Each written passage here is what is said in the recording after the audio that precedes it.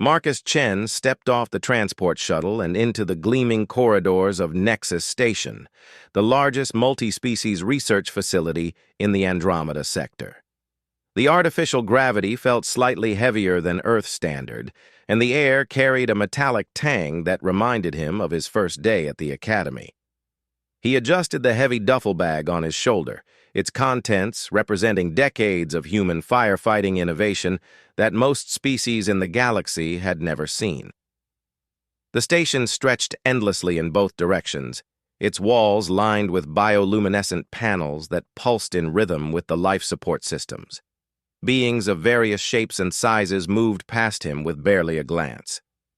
A group of tall insectoid Vorthak engineers chittered among themselves, their compound eyes reflecting the corridor lights like tiny kaleidoscopes. Near a viewing port, 3 amphibious aquarii technicians floated in mobile water tanks, their tentacled arms manipulating holographic displays with fluid precision. Marcus had volunteered for this assignment when the Galactic Safety Coalition announced they were establishing the first integrated emergency response team. Every species would contribute their best methods and technologies to create a unified system for handling disasters across different environments and biologies. It was supposed to be humanity's chance to prove they belonged among the galactic community's elite responders. The briefing materials had been thorough but discouraging. The Christek used sonic disruption fields that could extinguish fires at the molecular level. The Nethri had perfected atmospheric manipulation, capable of removing oxygen from specific areas with pinpoint accuracy. The Zephyrians employed swarms of nano-drones that could disassemble burning materials atom by atom. Compared to these advanced technologies, human methods seemed laughably primitive. A mechanical voice echoed through his universal translator as he approached the registration desk. Human designation Marcus Chen, reporting for Emergency Response Integration Protocol Zeta 7 Alpha. The station's AI had a neutral, efficient tone that somehow managed to sound condescending. The desk clerk was a Vorthak female, her mantis-like head tilting as she processed his credentials. Her translation device rendered her clicking speech into flat, mechanical English. You are the Human Fire Suppression Specialist. Your quarters are in Section Gamma 12. Orientation begins in 2 standard hours. Report to Integration Chief Zalthara in Conference Bay 7. Marcus nodded his thanks and followed the directional holograms through the station's maze-like interior. His quarters were modest but functional, with environmental controls that could simulate Earth's atmosphere and gravity. He unpacked carefully, laying out his gear on the provided storage surfaces. The familiar weight and texture of his equipment helped steady his nerves. The helmet was standard-issue Terraform composite, designed to withstand extreme temperatures and impacts. His protective suit featured advanced thermal regulation and emergency oxygen supplies. The boots were reinforced for stability on unstable surfaces. Everything looked primitive compared to the energy shields and molecular protection he'd seen other species using, but it had served humanity well for centuries. The most important piece sat in its custom case, coiled like a sleeping serpent. 2.5 inches of high-pressure hose, rated for pressures that would crush most organic beings. The nozzle attachment was a masterpiece of engineering, capable of producing everything from a gentle mist to a focused stream that could knock down walls. It wasn't exotic technology, but it was proven technology. Integration Chief Zalthara was a towering Nethri, her form resembling a graceful tree with bark-like skin and flowing branch limbs that moved with hypnotic elegance. The conference bay filled with representatives from every species on the emergency response roster. Marcus found himself seated between a Christek, whose crystalline structure chimed softly with each movement, and an aquarii whose tank hummed with filtration systems. We gather to combine our methodologies into a unified response system, Zalthara began, her voice carrying the rustle of wind through leaves. Each species will demonstrate their primary fire suppression techniques for evaluation and integration. The demonstrations began immediately. The Christech representative, Court Singer of Flames, approached a controlled test fire burning in a contained chamber. Her crystalline form resonated with a subsonic frequency that Marcus felt in his bones. The sound waves disrupted the chemical bonds maintaining the combustion, and the flames simply ceased to exist. No smoke, no residue, just an immediate transition from fire to cold air. Sonic disruption eliminates fire at the quantum level, Court Singer explained, her voice like wind chimes. Clean, efficient, and requires no physical materials. The Aquari representative, Tidewalker Kelp Dreamer, gestured toward his tank's manipulation arms. A stream of specialized foam emerged, expanding rapidly as it contacted the test chamber's surfaces. The foam seemed alive, actively seeking out heat sources and smothering them with biochemical precision. Biofoam adapts to multiple fire types, Tidewalker gurgled through his translation matrix. Self-replicating, self-directing, and biodegradable. Perfect for extended operations in sensitive environments. A Zephyrian named Wind Rider Swift Current released a cloud of nano-drones that swarmed the remaining test fires like metallic insects. Within seconds, the flames disappeared as the microscopic machines disassembled the burning materials and reorganized them into inert compounds. Molecular reconstruction eliminates both fire and fuel simultaneously, Swift Current explained. Her voice carried on artificial air currents. Nothing remains to reignite. When Marcus's turn came, the conference bay fell silent. He approached the test chamber wearing his full gear, the hose coiled over his shoulder like an ancient hero's rope. The other species watched with expressions that didn't translate well, but clearly conveyed skepticism. He connected the hose to the chamber's water supply, checked the pressure gauge, and selected a wide spray pattern on his nozzle. When the test fire ignited, he aimed and squeezed the trigger. A cone of pressurized water struck the flames, creating a hissing cloud of steam as the water absorbed thermal energy and phase changed into vapor. The fire went out. Water dripped from the chamber's surfaces, pooling on the floor in small puddles. The silence stretched for several uncomfortable seconds before Court Singer's crystalline form chimed with what Marcus recognized as laughter. The human uses water, primitive chemical phase change to absorb thermal energy? Inefficient and messy, added Tidewalker, his tentacles writhing with amusement. Requires massive resource transportation and leaves contaminated residue. Simplistic molecular interaction, Swift Current noted, her air currents carrying traces of condensation. No precision, no selectivity, no adaptation to fire type or environment. Zalthara's branch limbs swayed diplomatically. The human method is traditional. However, we must evaluate all techniques for potential integration scenarios. Marcus felt heat rising in his cheeks that had nothing to do with fire. Water's been putting out fires since before humans discovered combustion. It works because it's simple, reliable, and available almost everywhere. Available where? Court Singer's chimes carried mockery. In space? On desert worlds? In low-pressure environments? Your method requires specific atmospheric conditions and abundant liquid resources. And the cleanup, Tidewalker added, gesturing at the puddles. Water damage can be worse than fire damage in many situations. Biological contamination, electronic system failure, structural instability from weight and absorption. Marcus wanted to argue, but they weren't wrong. Water was limited, messy, and environmentally dependent. Against the elegant solutions the other species had developed, his hose seemed like a stone tool in a quantum physics laboratory. The integration sessions continued for the following week. Each day brought new demonstrations of advanced suppression technologies. The Christech, could tune their sonic frequencies to target specific molecular bonds, allowing them to extinguish only the dangerous parts of a fire while leaving useful chemical processes intact. The Nethri showed how their atmospheric manipulation could create selective pressure zones, starving fires of oxygen while maintaining breathable air for evacuation routes. Marcus participated in combination exercises, trying to find ways his equipment could complement the advanced systems. The results were consistently disappointing.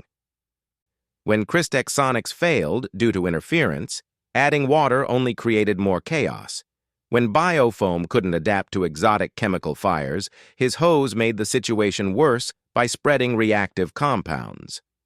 After each session, Marcus returned to his quarters feeling more isolated. During meals in the common areas, conversations stopped when he approached. He caught fragments of discussion in various languages, their translators rendering dismissive comments about primitive human techniques and obsolete emergency protocols.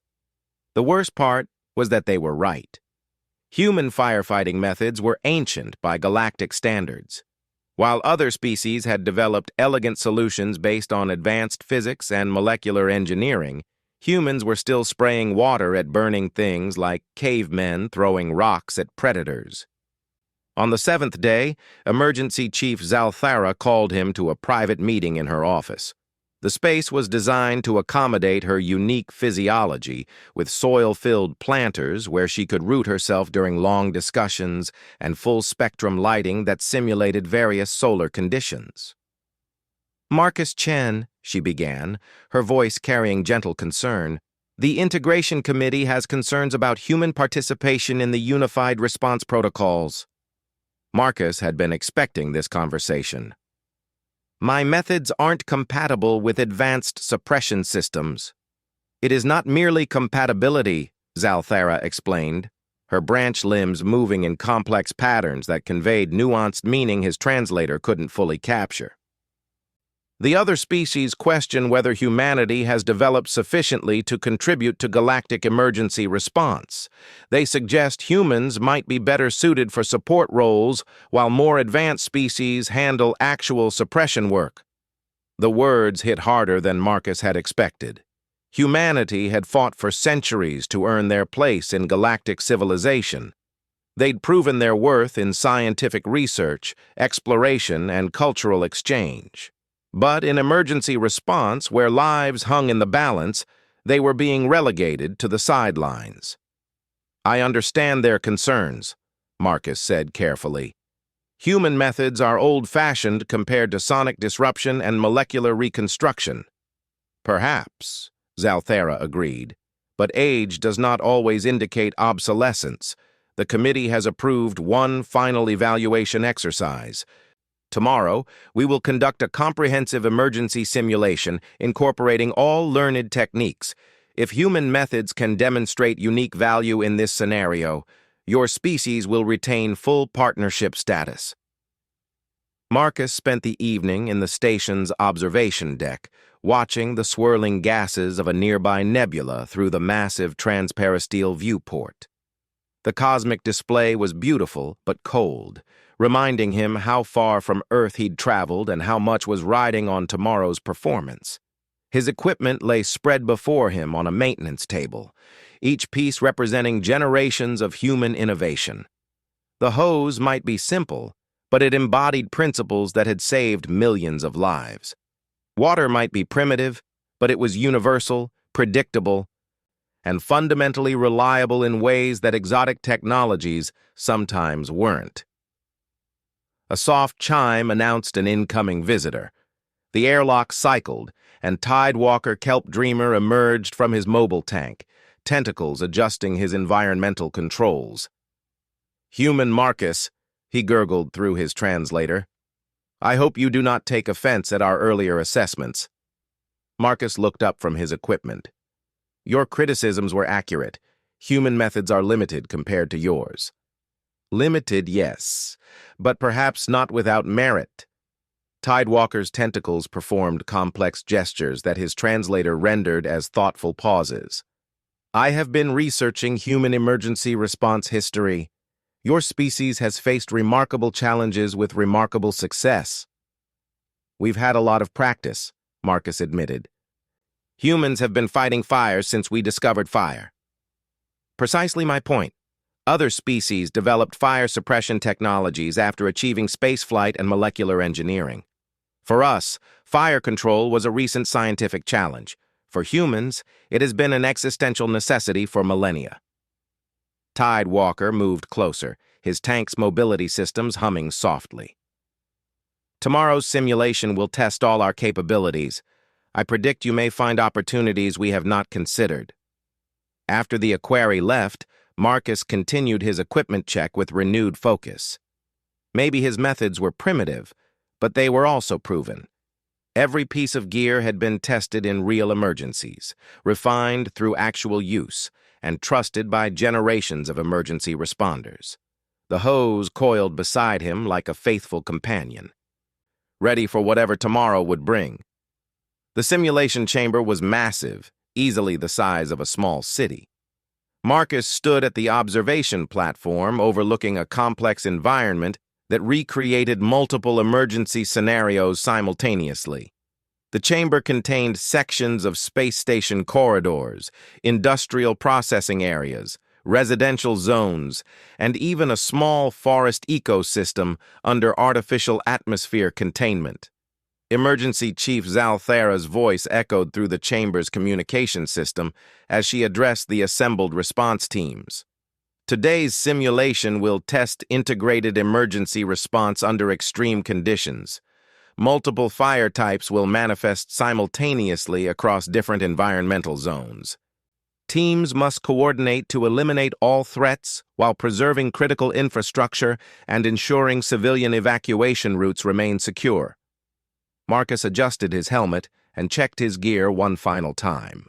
The other species had formed efficient working groups, their advanced technologies requiring minimal coordination.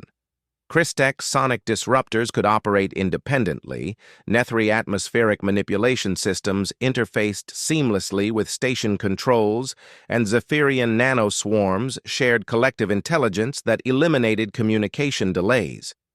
He was assigned to Beta Team, technically equal to the others, but clearly expected to handle secondary objectives while the advanced responders dealt with primary threats. The weight of representing all humanity pressed down on his shoulders like a physical force. "Simulation begins in 30 seconds, announced the station AI. "Emergency scenario, cascade failure in industrial complex with secondary fires spreading to residential and critical infrastructure zones." Marcus positioned himself at entry point 7, facing a section that simulated a typical space station corridor junction. The other team members took positions at strategic points throughout the chamber, their exotic equipment humming with readiness. "Simulation active. All teams respond." The chamber erupted into controlled chaos. Fires bloomed across multiple zones as projected flames danced with realistic heat and smoke. Emergency klaxons wailed while holographic civilians fled along designated evacuation routes. The smell of burning polymers and exotic chemicals filled the recycled air, creating an atmosphere of genuine crisis. Quartzinger of Flames moved immediately toward the industrial zone, where chemical fires raged around processing equipment. Her crystalline form resonated with precise frequencies, targeting the molecular bonds sustaining combustion. The sonic waves rippled through the air like visible distortions, and flames simply winked out of existence wherever they touched. Windrider Swift Current released clouds of nano-drones toward the residential areas, where electrical fires threatened life support systems. The microscopic machines swarmed across burning surfaces like silver mist, disassembling volatile compounds and reorganizing them into harmless materials. Within minutes, entire sections were cleared and secured. Tidewalker Kelp Dreamer deployed his biofoam against storage bay fires, where leaked lubricants and fuel compounds created complex multi-layer combustion. The intelligent foam expanded rapidly, its biochemical properties adapting to each specific fire type as it encountered them. Dangerous chemical reactions were neutralized before they could spread. Marcus approached his assigned sector, where smaller fires had broken out in the corridor systems connecting different zones. These weren't the dramatic industrial blazes or exotic chemical reactions that commanded attention, but they represented critical choke points for evacuation routes. If these corridors became impassable, civilians would be trapped in burning sections with no escape. He connected his hose to the nearest water supply outlet and opened the valve. The familiar weight of pressurized water flowing through the line steadied his nerves as he advanced into the smoky corridor. The fires here were mostly burning insulation, wall panels, and atmosphere recycling components. Nothing exotic or highly technical, just basic materials that happened to be combustible. Marcus selected a wide spray pattern and began methodical suppression work. The water struck burning surfaces with satisfying hisses, steam clouds marking his progress as thermal energy was absorbed and converted. It wasn't elegant or sophisticated, but it was effective. One by one, the corridor fires yielded to simple application of water and pressure. Behind him, the other teams were making spectacular progress. Quartz Singer had cleared the entire industrial complex in less than 10 minutes. Her sonic disruption eliminating fires faster than they could spread.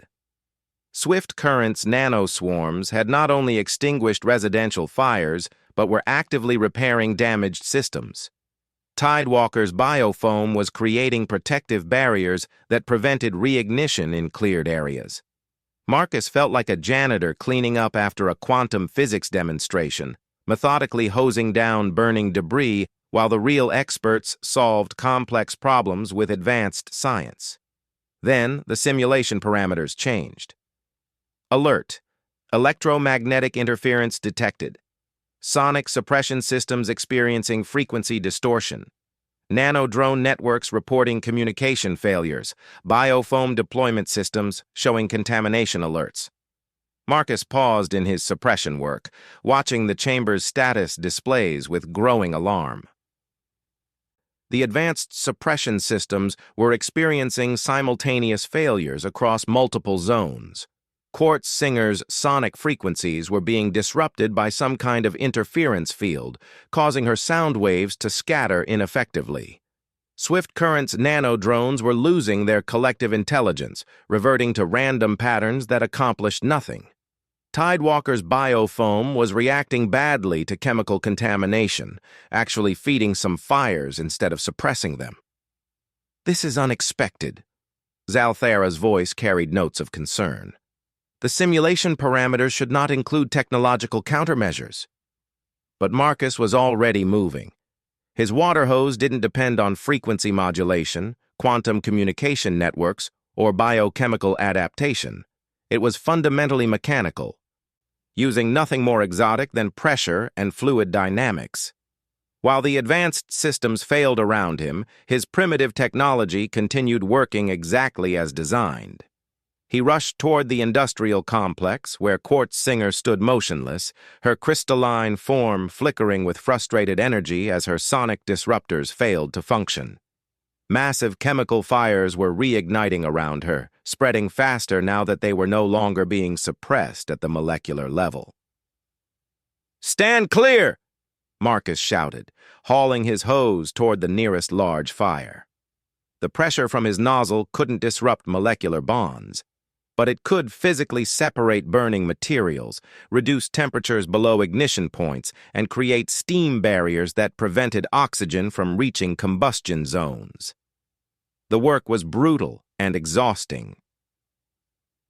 Without sonic targeting or molecular precision, Marcus had to manually position himself for maximum effectiveness. He scrambled over debris, crawled through smoke-filled spaces, and physically attacked each fire with nothing but water pressure and determination. In the residential section, Swift Current watched helplessly as her nano-drones wandered in confused spirals, their sophisticated programming reduced to meaningless static. Electrical fires were spreading through life support systems, threatening to cascade into total environmental failure. Marcus arrived with his hose already flowing. the stream of water conducting electricity safely to ground, while simultaneously cooling burning components. It was dangerous work, requiring careful attention to electrical safety protocols, but his gear was designed for exactly these conditions. Insulated boots, grounded equipment, and proper spray patterns turned water from a conductor into a suppression tool. "How are you maintaining suppression capability?" Swift Current called out, her artificial air currents carrying bewilderment. "No electronics to fail," Marcus replied, adjusting his nozzle to create a fine mist that cooled the air without flooding electrical systems. Just water, pressure, and physics. In the storage bays, Tidewalker's biofoam had turned against him, its adaptive properties corrupted by contaminated chemical signals.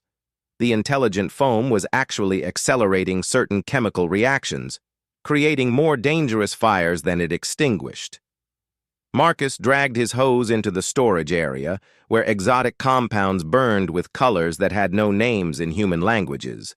But fire was fire, regardless of its chemistry. High-pressure water could still disrupt chemical reactions by rapidly changing temperatures, diluting reactants, and physically separating combustible materials. He worked systematically through the storage bay, using everything he'd learned about fire behavior over his career. When water alone wasn't enough, he created steam barriers that starved fires of oxygen. When chemical reactions were too vigorous for direct suppression, he cooled surrounding materials below their ignition points to prevent spread. When exotic compounds threatened to explode, he used focused streams to break up dangerous accumulations. The other emergency responders could only watch as their advanced technologies failed, while the humans' primitive equipment continued functioning. Marcus was everywhere at once, his hose providing the one reliable suppression method that couldn't be disrupted, contaminated, or technologically defeated. "Status report," Zalthara requested as the simulation entered its final phase. "Sonic disruption systems offline," Quartz Singer reported, her crystalline form dim with frustrated energy. "Nano-drone networks unresponsive," Swift Current added, her air currents carrying defeated resignation. "Biofoam deployment compromised and potentially dangerous," Tidewalker concluded, his tentacles writhing with biochemical stress. "Human suppression systems fully operational," Marcus called out, directing a stream of water at a stubborn electrical fire. Continuing suppression operations across all zones. The simulation's emergency parameters intensified. New fires erupted faster than before. Chemical contamination spread through multiple systems, and electromagnetic interference scrambled most electronic systems. The advanced alien technologies that had seemed so superior were helpless against countermeasures that targeted their sophisticated dependencies. Marcus found himself running from emergency to emergency, his hose the only reliable tool available. The work was exhausting, requiring physical strength and endurance rather than technological sophistication. He hauled equipment through smoke-filled corridors, crawled into spaces too dangerous for the other species, and manually fought fires that couldn't be defeated with elegant science. The breakthrough came when Marcus realized the patterns behind the simulation failures. Every advanced suppression system depended on some form of external communication or environmental interaction. They required clear frequency channels, uncorrupted data networks, or uncontaminated chemical environments. When those dependencies were compromised, the sophisticated technologies became useless. But water didn't need to communicate with anything. It didn't require data networks or chemical purity. It worked through simple physical laws that couldn't be jammed, disrupted, or corrupted. Thermal absorption was thermal absorption, regardless of electromagnetic interference. Pressure was pressure, whether nano-drones were functioning or not. "All teams, this is Marcus," he called over the communication system while directing a stream toward a spreading fuel fire. "The interference is targeting our dependencies. Anything that needs network communication, frequency modulation, or environmental purity is compromised. We need to coordinate using purely mechanical systems. It was a revelation that changed everything. The other species began adapting their methods, using their advanced knowledge to support Marcus's primitive but reliable suppression efforts. Quartz Singer used her crystalline structure as a passive focusing array, directing Marcus's water streams with greater precision. Swift Current manually positioned her offline drones as physical barriers, creating fire breaks and evacuation channels. Tidewalker abandoned his corrupted biofoam, but used his environmental knowledge to predict fire behavior and guide suppression priorities. With the aliens supporting his water-based suppression work instead of relying on their own compromised systems, the tide of battle shifted dramatically. Marcus's hose became the primary suppression tool, while advanced alien science provided tactical intelligence, physical support, and strategic coordination. The simulation concluded with all fires suppressed, all evacuation routes secured, and critical systems protected. As the chamber's safety systems activated and the artificial emergency ended, Marcus stood among the cooling ruins of the test environment, his hose finally quiet after hours of continuous operation. The observation gallery erupted in complex harmonics as representatives from dozens of species expressed amazement, confusion, and grudging respect. Human technology hadn't just survived the countermeasures, it had thrived while more advanced systems failed completely. Emergency Chief Zalthara descended from the observation platform, her branch limbs swaying with what Marcus had learned to recognize as impressed contemplation. The other team members gathered around, their various forms of communication creating a babble of translated congratulations and technical questions. "How did you know to continue when all advanced systems failed?" Quartz Singer asked, her crystalline structure chiming with genuine curiosity. "I didn't know the systems would fail," Marcus admitted, coiling his hose with practiced motions. "I just knew water works. It's worked for centuries because it's simple and reliable. Sometimes simple is exactly what you need." The debriefing session filled Conference Bay 7 with representatives from every species in the Galactic Emergency Response Consortium. Marcus sat at the central presentation table, still wearing his fire-stained protective gear, while holographic displays showed detailed analysis of the simulation results. The atmosphere was dramatically different from their first meeting weeks ago. Emergency Chief Zalthara initiated the review with branch limbs that moved in complex patterns of acknowledgement and respect. The simulation revealed critical vulnerabilities in our integrated response protocols. When advanced suppression systems encountered targeted countermeasures, only the human method maintained operational capability. A projection showed the timeline of system failures, each advanced technology represented by colored lines that dropped to zero effectiveness within the first 30 minutes. Only one line remained steady throughout the entire simulation, a simple blue trace representing water-based suppression. Quartz Singer of Flames chimed with harmonic frequencies that Marcus's translator rendered as thoughtful analysis. Our sonic disruption technology assumes clear frequency channels and stable atmospheric conditions. When interference fields disrupted those assumptions, the entire system became inoperable. Biofoam relies on chemical sensors and adaptive programming, added Tidewalker Kelp Dreamer, his tentacles performing gestures of frustrated recognition. Chemical contamination corrupted the decision-making algorithms, causing the foam to enhance combustion rather than suppress it. Wind Rider Swift Current's artificial air currents carried traces of embarrassment. Nano-drone collective intelligence requires constant communication networks. When those networks were compromised, individual drones reverted to basic programming that was inadequate for complex fire suppression. The Galactic Safety Coalition's senior advisor, an ancient Nethri named Deep-Root Mountain Speaker, addressed the assembly through root connections that made her voice resonate like distant thunder. These failures represent more than technical malfunctions. They expose philosophical weaknesses in our approach to emergency response. Marcus found himself the center of attention as Deeproot continued her analysis. We have prioritized elegance and sophistication over reliability and resilience. Our technologies work perfectly under ideal conditions, but fail catastrophically when those conditions are compromised. A holographic display showed comparative effectiveness ratings across different scenarios. Under normal conditions, alien technologies vastly outperformed human methods in speed, precision, and resource efficiency. But when hostile countermeasures, environmental contamination, or system failures were introduced, the performance curves inverted dramatically.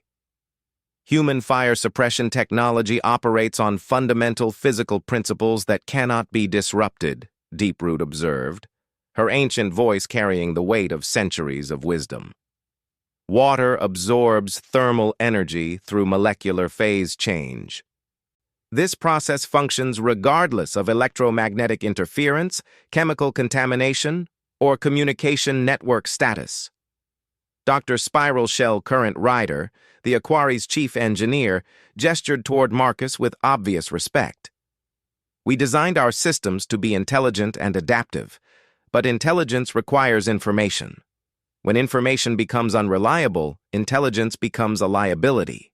The human approach requires no external information because it relies on universal physical constants. The analysis continued for hours, each species contributing insights about their own technological dependencies and vulnerabilities. The pattern was consistent across all advanced suppression methods. They worked brilliantly when everything functioned properly, but they had single points of failure that could disable entire systems instantly. Marcus finally spoke when invited to present his perspective. Human firefighting developed through centuries of dealing with real emergencies where nothing goes according to plan. Our equipment works because it has to work when everything else fails. He stood and activated his own holographic display, showing historical examples of human emergency response under extreme conditions. Earth firefighters have operated in zero visibility, toxic atmospheres, structural collapses, and complete communication blackouts. Our methods evolved to be independent and reliable because we couldn't count on perfect conditions. The display showed scenes of human firefighters working in impossible circumstances, crawling through smoke-filled buildings guided only by touch, suppressing fires with hand-pumped water when power systems failed, using simple tools to create fire breaks when sophisticated equipment was unavailable. Every piece of our equipment is designed with redundancy and simplicity, Marcus explained, gesturing toward his gear. The hose works with muscle power if pumps fail. The nozzle operates mechanically without electronics. The water source can be anything: storage tanks, natural bodies, even recycled wastewater. Commander Void Singer Echo Memory, representing the crystalline Crystec military forces, resonated with frequencies of strategic interest. This resilience has significant implications beyond fire suppression. If hostile forces can disable our advanced technologies through electronic warfare or environmental manipulation, primitive but reliable alternatives become strategically crucial. The implications rippled through the assembled representatives as they considered scenarios where their technological advantages might be neutralized. Advanced civilizations had grown dependent on sophisticated systems that required specific operating conditions. Humans had never abandoned their basic methods, maintaining capabilities that functioned under any circumstances. Over the following days, Marcus found himself consulting on emergency response protocols for scenarios that had never been seriously considered. What happens when nanoswarm communications are jammed during a space battle? How do you suppress fires when sonic frequencies are being actively disrupted? What backup systems function when biofoam becomes contaminated with hostile agents? The answer was consistently the same: simple, mechanical, human-derived solutions that operated on basic physics rather than advanced technology. The Vorthak Engineering Corps requested detailed specifications for human fire suppression equipment, particularly interested in the mechanical pressure regulation systems that functioned without electronic controls. The Zephyrian military wanted to understand how human teams coordinated without quantum communication networks, learning about visual signals, voice commands, and physical positioning techniques. Most surprisingly, the Aquari biochemical specialists began developing hybrid systems that combined their advanced materials science with human-style mechanical delivery methods. They created improved biofoams that could be deployed using simple pressure systems, eliminating the electronic dependencies that had made their original technology vulnerable. Marcus spent weeks working with engineering teams from every species, sharing knowledge that humans had accumulated through centuries of practical experience. The workshops revealed just how much the galactic community had forgotten about basic emergency response principles in their rush toward technological sophistication. "Your species maintains institutional knowledge that we have lost," observed Chief Engineer Quantum Harmonic Deep Resonance, a senior Crystech researcher whose crystalline structure pulsed with respectful acknowledgement. "We can create perfect solutions for known problems, but humans have preserved adaptive solutions for unknown problems." The breakthrough came during a joint training exercise where mixed-species teams practiced coordinated emergency response using hybrid approaches. Marcus worked alongside Quartz Singer, who had learned to use her sonic abilities to enhance rather than replace water-based suppression. Her frequency modulation could vaporize water instantly at targeted locations, creating steam barriers and pressure waves that dramatically improved suppression effectiveness. Tidewalker developed techniques for using his environmental tanks as water reservoirs, providing Marcus with purified supplies while his biofoam capabilities remained available as backup systems. Swift Current learned to deploy her nanodrones as physical construction materials, building temporary frameworks that supported hose operations in zero-gravity environments. The most remarkable development was the emergence of true hybrid tactics that leveraged both advanced alien science and fundamental human reliability. Teams could operate at maximum efficiency when all systems functioned normally, but they maintained full suppression capability even when advanced technologies failed completely. Emergency Chief Zalthara called Marcus to her office for a final evaluation meeting as the integration program neared completion. The space had been modified to accommodate human furniture, with a standard chair positioned near her routing planters. "The Galactic Safety Coalition has reached a unanimous decision regarding human participation in integrated emergency response protocols," she began, her branch limbs moving in patterns that conveyed formal recognition. "Humanity will not be assigned to support roles. Instead, human methods will become the foundation backbone system for all emergency response operations." Marcus felt his breath catch as the implications sank in. Foundation backbone? Every response team will include human-trained personnel and human-derived equipment as primary systems, Zalthara explained, her voice carrying overtones of institutional authority. "Advanced alien technologies will be deployed as enhancement and acceleration systems, but all operations will be designed to function effectively using human methods alone." The transformation was more dramatic than Marcus had dared to hope. Rather than being relegated to secondary status, human approaches would become the minimum acceptable standard that guaranteed mission success under any circumstances. Alien technologies would provide superior performance when conditions allowed, but human reliability would ensure mission completion when conditions deteriorated. "There is more," Zalthara continued, her ancient voice carrying traces of something that might have been amusement. "The Coalition has approved establishment of the Human Emergency Response Training Academy on Nexus Station. You have been selected as the founding director. The Academy would train responders from every species in human firefighting principles, ensuring that the next generation of emergency personnel understood both advanced technologies and fundamental backup methods." Students would learn to operate effectively with nothing but water and pressure, then add alien enhancements as force multipliers rather than primary dependencies. Marcus accepted the position with a mixture of pride and responsibility that felt heavier than his full gear kit. Representing humanity in galactic civilization had seemed like an impossible burden when he arrived, but teaching galactic civilization about humanity felt like an extraordinary opportunity. 6 months later, Marcus stood before the first graduating class of the Academy, watching students from a dozen species demonstrate proficiency with human fire suppression techniques. A young Christek named Harmony Singer of Waters could operate a pressure hose with crystalline precision while maintaining her sonic capabilities as backup. An Aquari cadet named Current Walker Fire Quencher had mastered thermal dynamics principles that let her predict fire behavior using observation instead of sensor networks.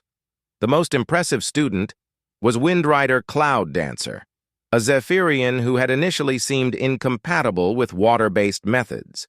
She had learned to use her atmospheric manipulation abilities to enhance water stream effectiveness, creating pressure differentials that guided suppression efforts with unprecedented accuracy.